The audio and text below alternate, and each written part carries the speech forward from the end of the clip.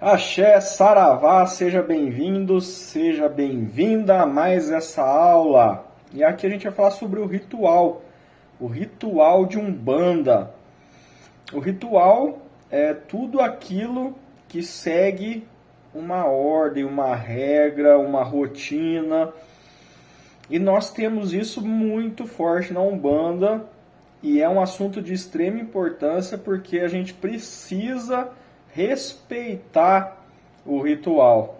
A gente precisa seguir o ritual que existe em nossas casas, templos de Umbanda, nos nossos terreiros, não é? Isso é de suma importância, porque é o que faz acontecer, é o que regra, né? É o que dá norte, é o que dá sequência, começo, meio e fim ao nosso trabalho de Umbanda, a nossa religião, que tem hierarquia, tem fundamento, é preciso conhecer. Então, por isso, o estudo é muito importante, que a gente aprende essas questões do qual a gente faz uso no nosso dia a dia dentro da religião. Nós temos Roger Bastide, que pesquisou a fundo o candomblé, por exemplo, não se aprofundou muito na Umbanda, mas deu as suas passadas, as suas pinceladas pela Umbanda, e deixou um livro muito interessante, que eu até recomendo a leitura, que é o Sagrado Selvagem. Então, a ritualística e o ritual, segundo o próprio Roger, é domesticar, né? É domesticar, é colocar regra no sagrado, colocar regra na religião, né? Para não ficar uma coisa solta, né? Muito aberta, e aí do qual a gente acaba perdendo o controle das coisas. Então tem que ter essa ritualística, esse ritual, para que a gente siga os passos ali, né? Se prepare, comece, dê o meio e depois a gente termine em situações satisfatórias, né? Então é isso. Ritual, ele é tudo que a gente segue dentro de uma religião. Por exemplo, até na nossa vida atual, né, na nossa vida cotidiana, a gente ouve a frase, né? Eu religiosamente acordo de manhã e escovo meus dentes. Eu religiosamente tomo café e como um pedaço de pão com manteiga todos os dias. Eu religiosamente, né, faço uma caminhada antes de trabalhar. Então essa palavra religiosamente na nossa vida cotidiana, ela está relacionada, na verdade, com um ritual religioso. Né? Por isso que se usa essa palavra em nossas frases cotidianas. Né? Então, quando a gente faz algo repetidamente, né, todos os dias, a gente está fazendo um ritual. Nosso ritual, né? Nossa rotina, né? Aquele passo a passo que a gente está acostumado a fazer todos os dias, religiosamente, né? Entre aspas. Né? E isso se transfere lá para o religioso de fato, né? Para a religião. E aí a gente fala o ritual. No catolicismo tem o ritual. Todas as religiões têm ritual. O catolicismo, por exemplo, ele tem o seu ritual que vem, né, já fundamentado, já vem sacramentado, já vem escrito, já vem tudo que precisa ser feito em todas as paróquias do mundo todo através do Vaticano, que é em Roma. Então, do Vaticano parte as regras, parte o ritual. Antigamente se rezava a missa em latim. Os padres ficavam de costas para os fiéis. Que interessante. E depois foram melhorando esse ritual de acordo com a necessidade, com a modernidade que o mundo foi atingindo. Hoje os padres ficam de frente para os seus fiéis, as missas são rezadas de acordo com a língua do local, Então, mas vem lá o panfleto, vem no qual se tem em todas as igrejas, com o passo a passo da missa, que é o segredo maior da Igreja Católica, o mistério, o mistério maior da Igreja Católica. Bem ali, o passo a passo. Então, um domingo que tem missa, todas as paróquias, todas as igrejas do mundo inteiro, os padres estão dando o mesmo sermão, porque eles têm um órgão centralizador, que é o Vaticano. E podemos ver também, olhar o Espiritismo. O Espiritismo, né, codificado por Allan Kardec, eles não se denominam como religião, seus seguidores usam a palavra doutrina, né, uma doutrina, que é a doutrina espírita. Alguns usam o termo kardecismo, né, ou o próprio espiritismo, praticante de espiritismo. Eles não usam a palavra religião, não se reconhecem como uma religião. Mas, se a gente for analisar pelo lado sociológico, do qual Roger Bastide deixou, né, para nós, esse olhar sociológico, a gente poderia enquadrar o espiritismo como religião. Por quê, Pedro? Porque eles têm um local, né, uma casa, um barracão, um espaço, e ali eles se reúnem. E se reúnem para conversar, para rezar, para se conectar espiritualmente, porque o espiritismo, assim como a Umbanda, é um segmento mediúnico, né? A gente tem a questão da mediunidade envolvida, que são os nossos sentidos mediúnicos, se unem ali por essa crença, por essa fé, acreditam nisso. Eles têm um processo, eles têm uma rotina. O que eles fazem? Ali eles colocam uma mesa, em cima dessa mesa eles colocam uma toalha branca, em cima dessa toalha branca eles colocam uma jarra com água. No ambiente eles colocam aromas, muitas vezes talvez incensos, em outros lugares não. Ali eles rezam, né? Palavras de coração, palavras positivas, palavras de pedidos ali para mentores espirituais de luz ajudarem, auxiliarem no processo, né? E eles diminuem a luz. Então há uma rotina, há um ritual ali antes de iniciar as sessões, durante as sessões e também para finalizar as sessões espíritas.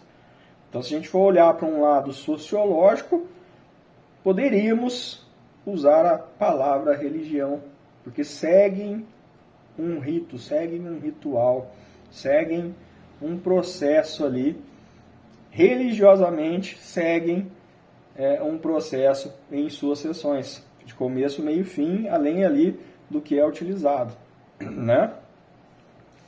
Na Meca, por exemplo, falando de Islã um pouco, para a gente fazer as comparações, né?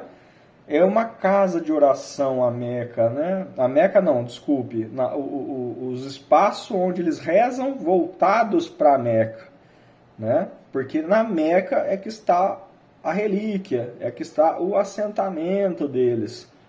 Então não importa onde os religiosos, né, islâmicos estejam, eles têm até bússola, porque eles precisam saber para que lado está a Meca, porque eles rezam 5 vezes por dia, e nessas rezas eles têm que estar voltados para a Meca, que é lá que está a relíquia, lá que está o assentamento, lá que está a fé deles assentada ali, né?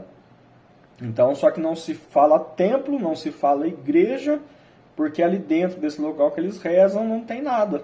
É um espaço vazio onde eles fazem essa reza, onde muitas vezes eles se unem, né? É uma religião, se unem ali, né? Depois tem todo o processo religioso deles também em outros ambientes, mas 5 vezes por dia eles seguem o ritual. Eles têm o ritual, 5 vezes por dia eles vão lá, né? Colocam sua cabeça no chão, no seu tapete, e ali eles rezam voltados para onde estiver a Meca. Então tem um ritual, tem um segmento, tem uma rotina a ser seguida diariamente. Religiosamente eles seguem isso todos os dias, né? E na Umbanda, Pedro, vamos falar de Umbanda, vamos falar de Umbanda. A Umbanda não é diferente. A Umbanda é religião, né? Uma religião simbólica, uma religião de elementos, uma religião livre de mitos e de dogmas, uma religião livre, porque nós não temos um órgão centralizador, mas essa ritualística, esse ritual, ele acontece em todas as casas de Umbanda, né? Talvez de formas ou de ordens diferentes, muitas vezes, em alguns trechos, né, do trabalho, da gira, que a gente chama esse ritual de gira, né, também, de trabalho, de gira, e ali pode a ordem, né, se inverter de casas para casas, mas está tudo certo, está tudo certo. Porém, todas as casas seguem o ritual, né? Não importa se a Umbanda tem uma pegada um pouco mais espírita, se tem uma pegada um pouco mais africanista, se tem uma pegada um pouco mais católica, porque a gente bebe de todas essas fontes, né, para a religião, né? Se tem uma pegada mais esotérica, não importa, porque tem o ritual. Então, na grande maioria brutal, né, das casas, dos templos, dos terreiros de Umbanda, né, ali vai ter no começo os pontos de abertura, os pontos de defumação, né? Se não tem atabaque, provavelmente às vezes usa-se as palmas, mas o canto, em grande maioria das casas, existe o canto dentro da Umbanda, né? As casas que tem às vezes um pouco mais de pegada ali mais espírita, um pouco mais esotérica também, pode ser até que nem tenha os cantos, mas tem as orações, tem as preces iniciais, tem as preleições, né, para abrir os trabalhos. Então tem a abertura, tem o início, né, que ali se canta para os orixás, se canta para os guias, ou se reza para os guias, para os orixás, para a esquerda, para a direita da Umbanda, a abertura inicial. Mas além disso, eu costumo até falar que esse ritual, ele começa muito antes do terreiro, começa no preparo, né? Então começa em nossas casas, em nossos lares, com o preceito, que a gente já falou aqui em aulas anteriores, mas vamos relembrar. Então o preparo, né, 24 horas antes do trabalho, né, no dia do trabalho, a gente não, né, procura não praticar relação sexual, procura não comer carne, né, procura não ingerir bebida alcoólica. E isso que a gente faz é preceito, isso é um preparo. A gente está ali dando início ao nosso ritual religioso, como médiuns, né? Mas por que não come carne, Pedro? Eu já falei, mas eu vou falar aqui brevemente para a gente relembrar. Não se come carne porque a carne é pesada, ela demora para fazer digestão, né? E então, o que acontece? Seu corpo ele gasta energia para fazer essa digestão, e é a mesma energia que o caboclo, o preto velho, as crianças, qualquer entidade quer usar para dar o passe em alguém. O passe em você mesmo, inclusive, né? Então, desgasta muito a energia do médium, que será necessária para que as entidades utilizem essa energia para o seu favor e também ao favor das pessoas que buscam auxílio, né? E nós como, né, materiais, instrumentos, né? Não gosto muito de usar os instrumentos, porque o instrumento não tem vida. Nós como os cavalos, né? Cavalos médiums, né? A gente, então, precisa dessa energia para auxiliar nós mesmos, nosso templo, nosso terreiro e as pessoas que vão lá em busca, né?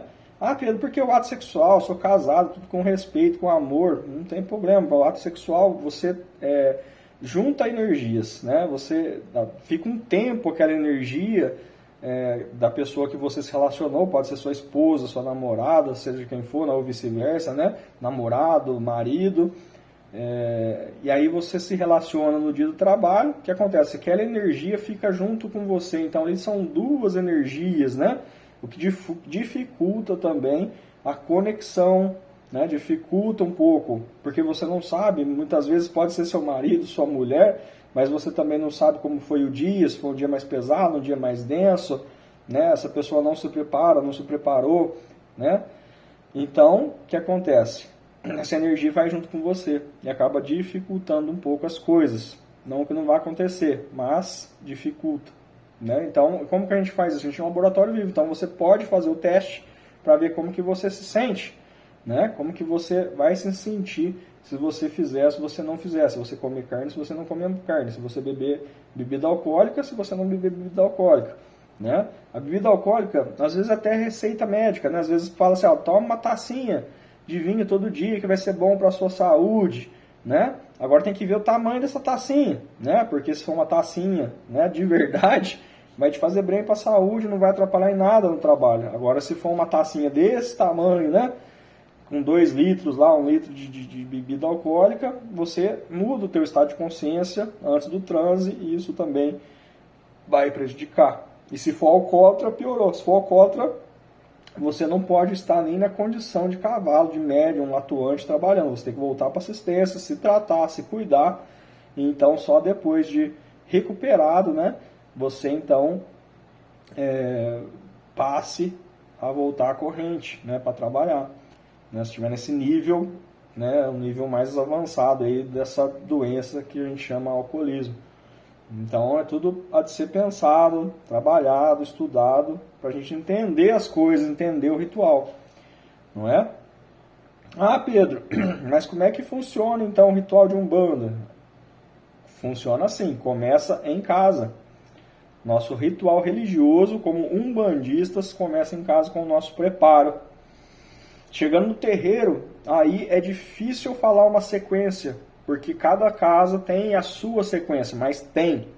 Então você vai ter que ver a sua casa como essa sequência, mas vai ter ali, né, tem casas que vão falar para você talvez bater a cabeça na hora que você chega, ou vai ter um momento durante a abertura dos trabalhos que vai ter um momento de bater a cabeça, né, para as entidades, para os guias, para os orixás, enfim, né, vai ter uma abertura, vai ter uma preleção. Geralmente todas as casas têm uma preleção, onde o sacerdote, ou uma pessoa indicada pelo sacerdote, perdão, vai lá no púlpito, ou na frente do altar, ou no espaço que for conveniente ali dentro do espaço religioso, para falar algumas palavras, para explicar, né, o que está acontecendo ali, como que vai ser o trabalho, quais linhas vão se manifestar, né, se vai ter ali, inicialmente, né, uma energia de orixá ali para trazer um orixá natural, para trazer ali o axé para o terreiro, né, se é uma data religiosa, se é uma data de orixá, enfim, vai explicar como que vai funcionar os trabalhos, como que funciona a casa e as regras. É o ritual para as pessoas que ali estão chegando, que muitas vezes vão levantar a mão, falar assim, a primeira vez que eu estou vindo, né? Ah, você é um bandista, você não é um bandista? Se não for um bandista, tem que se explicar. Se alguém levantar a mão, não sou um bandista, estou vendo a primeira vez, nunca pisei num terreiro, olha, Umbanda é religião, pratica só o bem. Então tem que ser falado, tem que ser aberto dessa forma para que as pessoas entendam o que está acontecendo ali, né? O ambiente precisa ser preparado, né? Ali precisa ter um incenso, né? Depois eu vou passar a defumação, mas a princípio pode ser que tenha ali uns incensos, porque a pessoa, quando ela chega, ela já se sente bem pelo cheiro, ela se sente bem pela visão, porque ela vai bater o olho lá no seu altar. Não importa se o altar é grande, pequeno, mas ali tem um altar, na religião de Umbanda. Vai ter Jesus Cristo ali, ou vai ter os orixás, ou vai ter as imagens dos guias de trabalho. A pessoa já olha e se encanta por isso, né? Um ambiente limpo, harmonizado, né? A pessoa pisa e já se encanta, já se sente em casa. Isso é importante, né? Esse preparo do ambiente, né?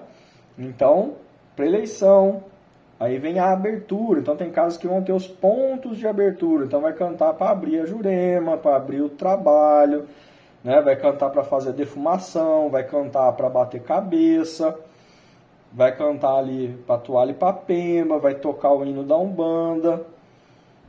Então, para os orixás, né? Vai cantar para os orixás, vai cantar para a esquerda da Umbanda, para os guardiões. Tem gente que canta mais no começo, tem gente que gosta de cantar mais no final, para abrir mesmo o trabalho.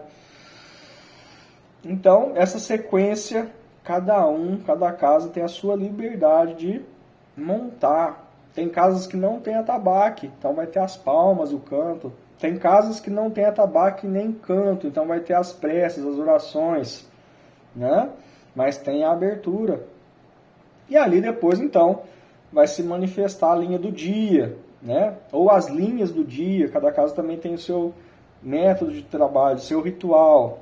É isso que a gente está falando aqui, né? Então vai vir aquela linha do qual o sacerdote ou o médium atribuído já foi lá, falou, explicou como que funciona, né? Canta-se ou reza-se para que essa linha se manifeste. Manifeste em quem primeiro, Pedro? Primeiro nos dirigentes, no sacerdote, nos dirigentes da casa, do templo, do terreiro.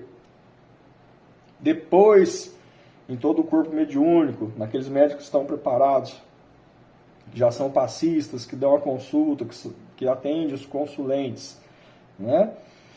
Então, isso acontece dessa forma, numa sequência, num ritual. É um ritual. Né? Depois, então, temos o meio, o miolo do agir, o miolo do trabalho, o miolo do rito, do ritual. Na sequência, então, terminou, acabou. Então, aí a gente vai para a finalização. Aí termina os trabalhos. Como termina, Pedro?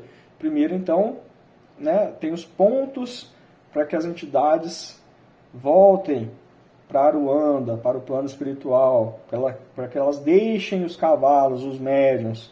Né? Primeiro de quem, Pedro? Primeiro do corpo mediúnico, aí inverte. Né? E por último, do sacerdote. Ou dos sacerdotes, nessa casa tiver mais de um sacerdote ali na frente, no comando. Né? Foi todo mundo, as entidades partiram, foram embora, os médiuns estão ali restabelecidos, né?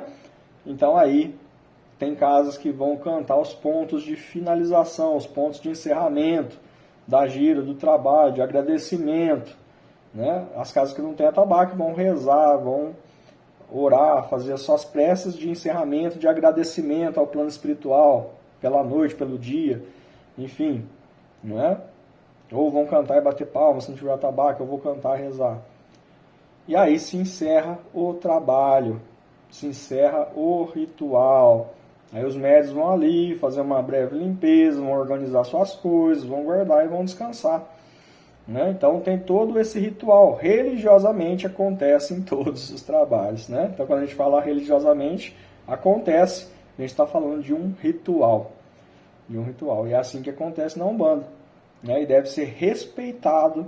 Né, se você por um acaso entrar em uma casa ou tiver o interesse de entrar em um terreiro, em um templo de Umbanda, para trabalhar, para participar, para ajudar, usando os seus sentidos mediúnicos, pois somos uma religião mediúnica, né, você tem que conhecer muito bem o ritual, você tem que conhecer muito bem como funciona esse terreiro, esse templo, para que então você, né, como médium, vai aceitar ou não, não é, esse ritual, porque a casa não deve se modelar você deve se modelar a casa que você está pleiteando em trabalhar, em auxiliar o próximo, em se auxiliar.